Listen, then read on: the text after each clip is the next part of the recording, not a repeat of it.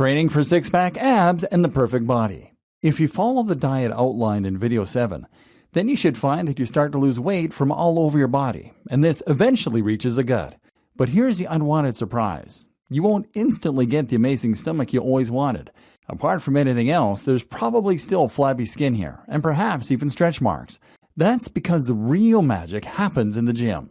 Not only is muscle metabolically active, meaning that you'll burn more calories even when you're sleeping once you're strong, but it's also what makes a person look toned and honed, far more than low body fat can. If you have low body fat alone, then you will look skinny and malnourished. If you have low body fat and great muscles, then you'll look like a celebrity. The problem is that many people don't know how to go about training their bodies for the maximum aesthetic benefit. So let's see what you need to know. Abs. Let's start by focusing on the part that everyone is interested in, the abs. How do you take your now fatless belly and turn it into something that Brad Pitt or Angelina Jolie would be proud of? It starts with anatomy. Too many people will want to focus purely on the sheet of muscle on the front of the stomach that is divided into 6 parts. This is the rectus abdominis, but it is only one piece of the puzzle.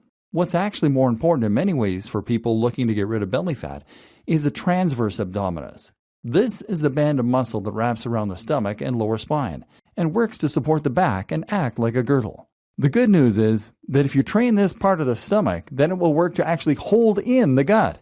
Now, even if you haven't managed to get rid of all the excess flab around your belly, it will look instantly less noticeable. So how do you train the transverse abdominis?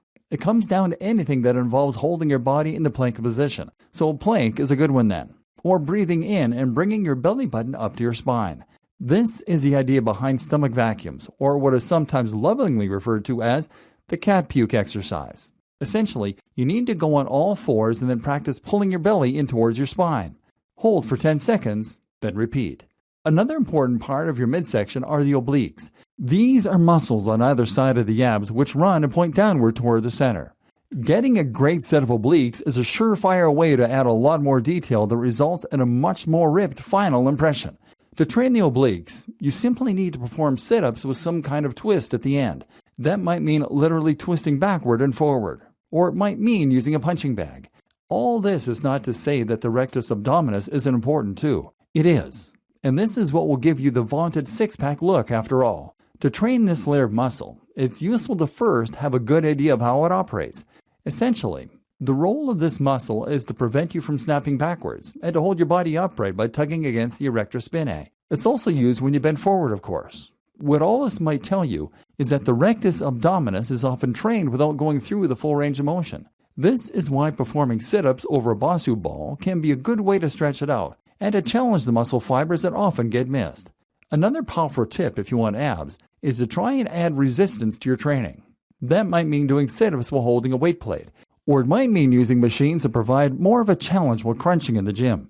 Either way, lifting heavier will help you to grow bigger and more defined, and this definition is what you need for your abs to stand out. Some people might contest that last point and say that strengthening the abs will do nothing for the appearance. The easy way to contest this statement is to try contracting your abs right now while looking in a mirror. What you'll find is that they instantly become much more visible, which is simply because they're now bigger and firmer.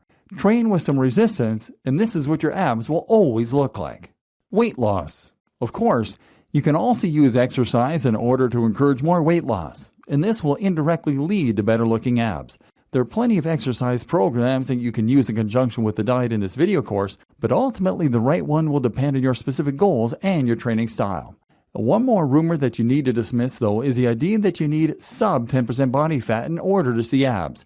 I know this rumor to be false, as I'm sitting here at around 15% and you can see my abs. The same goes for an actor such as Chris Evans, Captain America. He is not insanely shredded and probably has a body fat percentage of around 10 to 12%. He still looks amazing, which is thanks to the large, thick muscle that he has built up. But what is the best option for weight loss? One popular choice is to walk. This is a form of exercise that won't trigger a fight or flight response, meaning you can do it often and without feeling more tired at the end of a long day. Running is great, but you can only run so many times a week, and it's not highly practical. You arrive everywhere sweaty. Walking, though, is something you can fit into your daily routine, and that you can do often in order to keep burning large amounts of fat. Another good option is HIIT. This is high-intensity interval training. and it essentially involves switching from training that uses slow, easygoing cardio to training that involves going nearly all out for short bursts. This is ideal for using up glycogen, which, as we've seen, can help to prevent sugar from ending up as fat or traveling through the blood. What's more is that this means you actually burn more fat for the rest of the day, as you don't have the glycogen stores to fall back on. And lastly, consider concurrent training. This simply means that you are combining cardio with resistance training, doing some kind of repetitive task quickly with added weights. A good example might be using a stationary bike on the highest resistance settings, or using the battle ropes. This uses a lot more energy than simply doing cardio, and has the added bonus of toning muscle at the same time.